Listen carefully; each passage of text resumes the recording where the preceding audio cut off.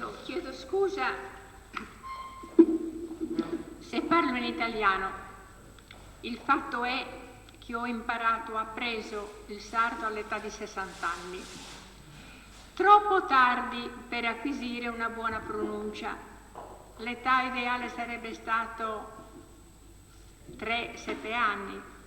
Troppo tardi per una buona pronuncia, per cui però io lo so leggere, lo so scrivere, penso in sardo e quindi tutto quello che i progetti che io ho fatto li ho pensati in sardo, non tradotti. La traduzione è l'arte più difficile, secondo Renzo Titone, quindi non tradotti ma pensati in sardo. La pronuncia sto cercando di conquistarla, per oggi ci rinuncio, mi scuserete. Allora, l'obiettivo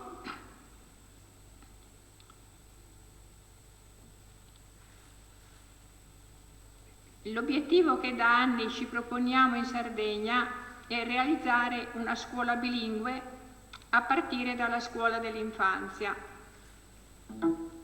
Educazione bilingue non significa soltanto insegnamento di 2 lingue, ma insegnamento in 2 lingue, cioè uso veicolare anche del sardo. L'educazione bilingue interessa tanto i bambini di lingua sarda quanto i bambini che hanno come lingua materna l'italiano. Per i bambini sardofoni è la lingua materna che deve essere utilizzata come base linguistica e concettuale per una migliore acquisizione della lingua italiana.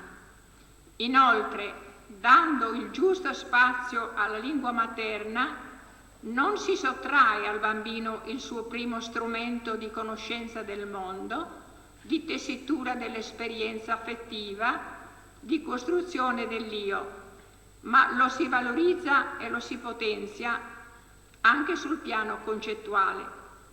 E per i bambini italofoni, per tutti è necessario disporre di più codici per la socializzazione in una regione plurilingue come la Sardegna, per la lettura della realtà, per aderire all'ambiente in cui si vive. La presenza di 2 lingue nella scuola, italiano e sardo, non va a detrimento né dell'una né dell'altra, né ostacola l'apprendimento delle lingue straniere. Le ricerche di psicolinguistica e sociolinguistica e neurolinguistica assicurano che all'età di 3-7 anni la mente ha una plasticità enorme che permette l'acquisizione di diverse lingue, plasticità che diminuisce dopo l'età di 10 anni.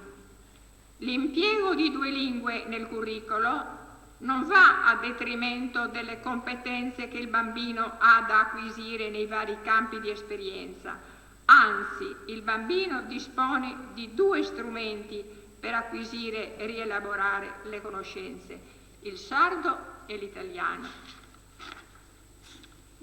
Così, con 2 lingue si usufruisce di 2 canali in entrata nella mente che alimentano il patrimonio di conoscenze e di 2 canali in uscita che da questo serbatoio mentale traggono il materiale concettuale da codificare in forme diverse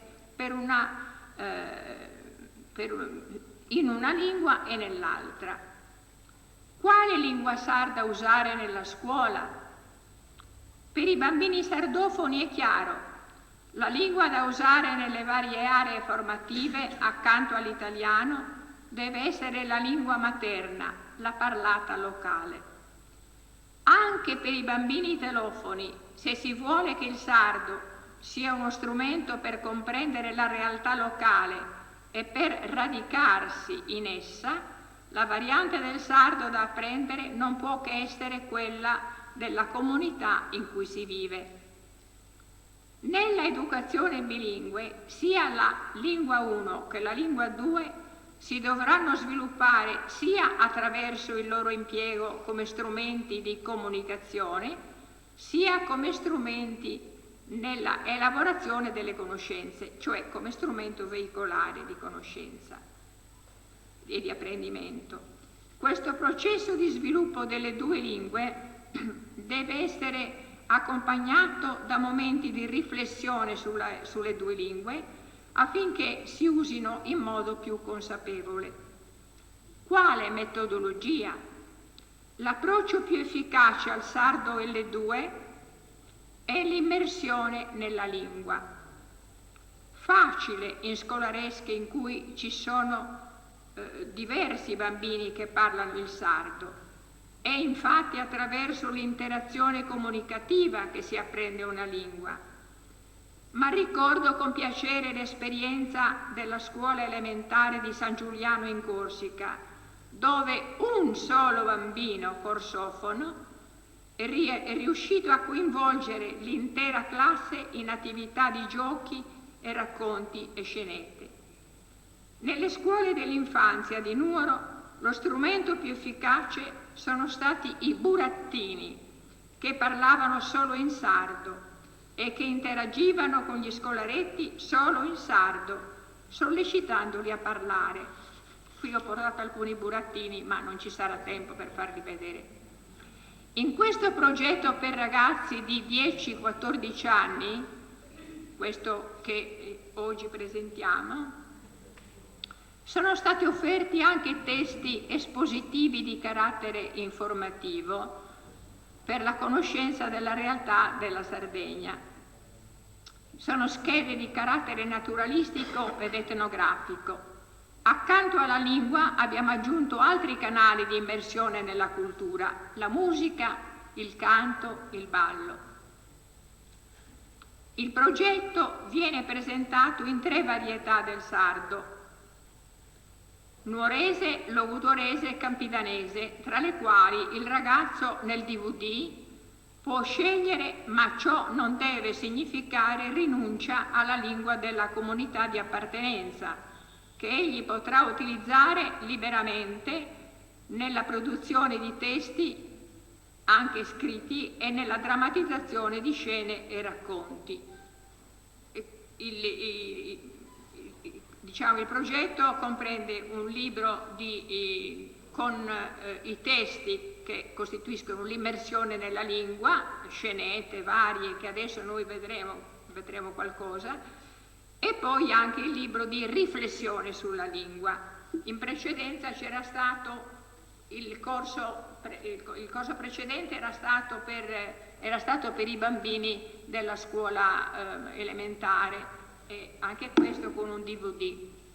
Adesso vi faremo vedere qualche cosa, poco perché se non c'è tempo. Pagliacci scena 2,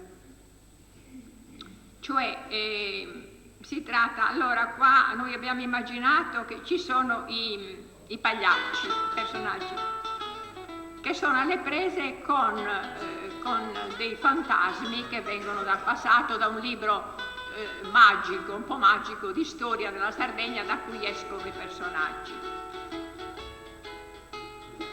Adesso il primo è il nuragici. Oggi suona la tromba. Dite tromba.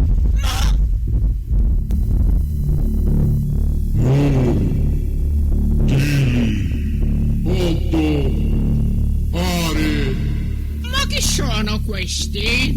Paren benioso da su mondo de sonnuraches. Ali, Ordo, Are. Uno è un capo tribù. Guarda il mantello e il bastone di comando. Satteru estumu guerrieri. Ite bivacche nei nocche. E ite narana. Nur, Tili, Ao, Ordo, Is, Ali. Forzis su capu escomandando qualche cosa a su guerrieri. Provamusu a nos accurziare. No, io non ho il coraggio. Teo ando. Erano fantasmi. Fantamasa in su circo meu. Andiamo via, io ho paura dei fantasmi. Avete capito tutto, ragazzi? Ora potete rivedere la scena, fare il gioco delle domande oppure tornare al menù per scegliere un'altra tappa nel vostro viaggio. Ce ne sarebbero tante altre, si va a finire fino anche a Grazia Deledda, però non c'è tempo e quindi comunque i pagliacci sono quelli che sono alle prese con questi fantasmi comunque, no?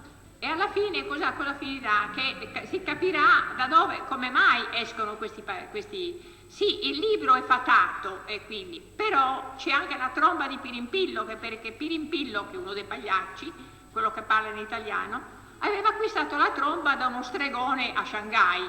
Questa tromba aveva il potere di far apparire anche i leoni, quindi non c'è da meravigliarsi se sono riusciti anche a far apparire questa tromba stranamente ha fatto uscire questi fantasmi.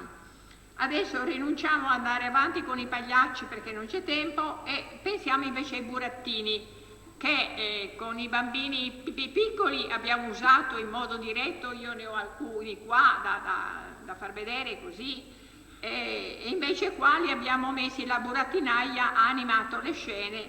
Adesso vediamo i burattini, la scena 2, Lilia e Nabil. Ecco, tra i burattini ci sono burattini che provengono anche da altre regioni del mondo, soprattutto dal Maghreb, questo per un'apertura ad altre culture, in modo da dare ai bambini un'educazione interculturale, no? Adesso vediamo Lilia con questo bambino del Marocco.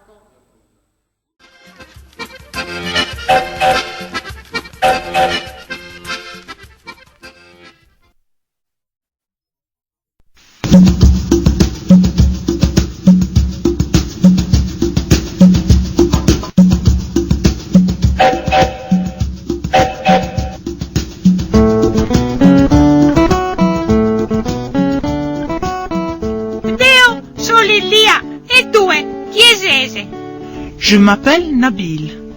Nabil, dove sei tu? Je viens du Maroc. Marocco! Teo, non comprendo una zico su francese. Mais la langue de mon pays est l'arabe. لكن لغات هي العربية. Ah, tu hai fatto sarabo puro. Est-ce que tu veux l'apprendre? Eia, se l'imparo mi fa con un viaggio a Marrakech. Commençons avec le mot voyage. Safar. Ah, viaggio in arabo si narra safar. Très bien. E buon viaggio, ite si narra. Bon voyage en arabe est Safar Saïd. Safar Saïd. Safar Saïd, Musi. Safar Saïd. Kushu e Musi, uno gatto brulleri. Buon viaggio a Totusu. Ite bello, Nabil. Andiamo tutto Parisi, a un loco e giocoso. Intanto modo potremmo giocare, sartiane correre, a brinchioso andare, a piedi giuntos e a stanchetta, e giocare per a cunetta.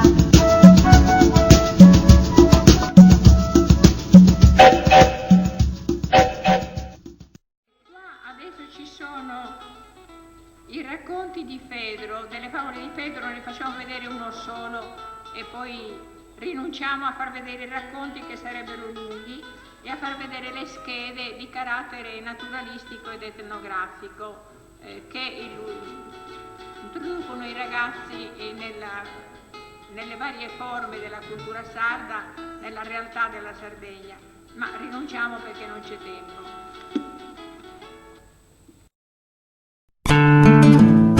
Su Mariane e su Becco. Uno Mariane che rutto in d'uno putto e non ischi commente che sire, ma arribato uno becco. Oi, come te fa, come inchessire? Chi mi può t'azzudare? Beh, appo un usidio. Il venende calicuno. Su becco, s'affazzata su putto. Buona e scustabba alla vivere. Buona, erdurche che mele. Fala, capo de vive scantu che eres. Su becco, che ne bi pensare 2 voltas, zumpati in intra su putto e vive tutto contento. E a postis? Beh, buona bene custabba. E comenti chi simus? Rissati, imbaraso scorrosa su muro. Gaide un mappilico attive pro arziare. E Deo? Appustis deo azudo attive. Su Mariane, chi in s'azzudo de su becco, resesita e sire dai su putto. Deus sarvo. Adiosu, bello mio. Ma non m'azzuda sai sire. Vide a spessare prima a sa cosa. Ma sai s'accordo che amor fatto. Peius protene chi non ha sale in conca. Beh, affroderi, e macudeo a ti credere. Gai su becco, tonto, e sta barra in funda su putto, e su Mariane, malinnazzo, s'indesti impippau. A tottur deonaro, prima de vachere una cosa, de pie spessare commente può finire. Adesso abbiamo finito, vi faccio vedere, almeno vedere i burattini che abbiamo usato con la scuola dell'infanzia. Erano burattini che parlavano solo in sardo perché le maestre, le insegnanti avevano commesso l'errore improvvisamente passare dall'italiano al sardo e i bambini sono rimasti, diceva questa è la lingua di mia nonna. E invece allora io ho avuto l'idea dei burattini e che è piaciuta molto a Bruxelles, tant'è vero che mi hanno accolto favorevolmente il progetto. Ecco, questa è Lillia, Deo su Lillia, una burattina alligra e canterina, e Deo su Mimiu, un burattino alligro e brulleri.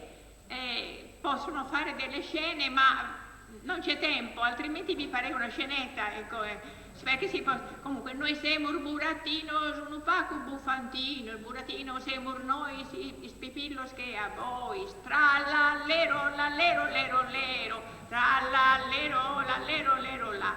Però possono interagire con i bambini, per esempio, tu hai te tinarasa, Micheli tinarasa, ite bello numene, e tu hai te tinarasa, dominaro Bobore, te bello numene, Bobore, è bello che uno flore, poter dire. E un'altra bambina, per esempio, dice, e tu hai te tinarasa, Grazia Rosa, Grazia Rosa se commente una mariposa, e li fanno parlare, quindi i bambini interagiscono con i burattini, quindi c'è la scena tra burattini, ma poi burattini che parlano con i bambini. E naturalmente oltre a questi 2 personaggi ci sono Suiaiu de Lillia, Suiaiu,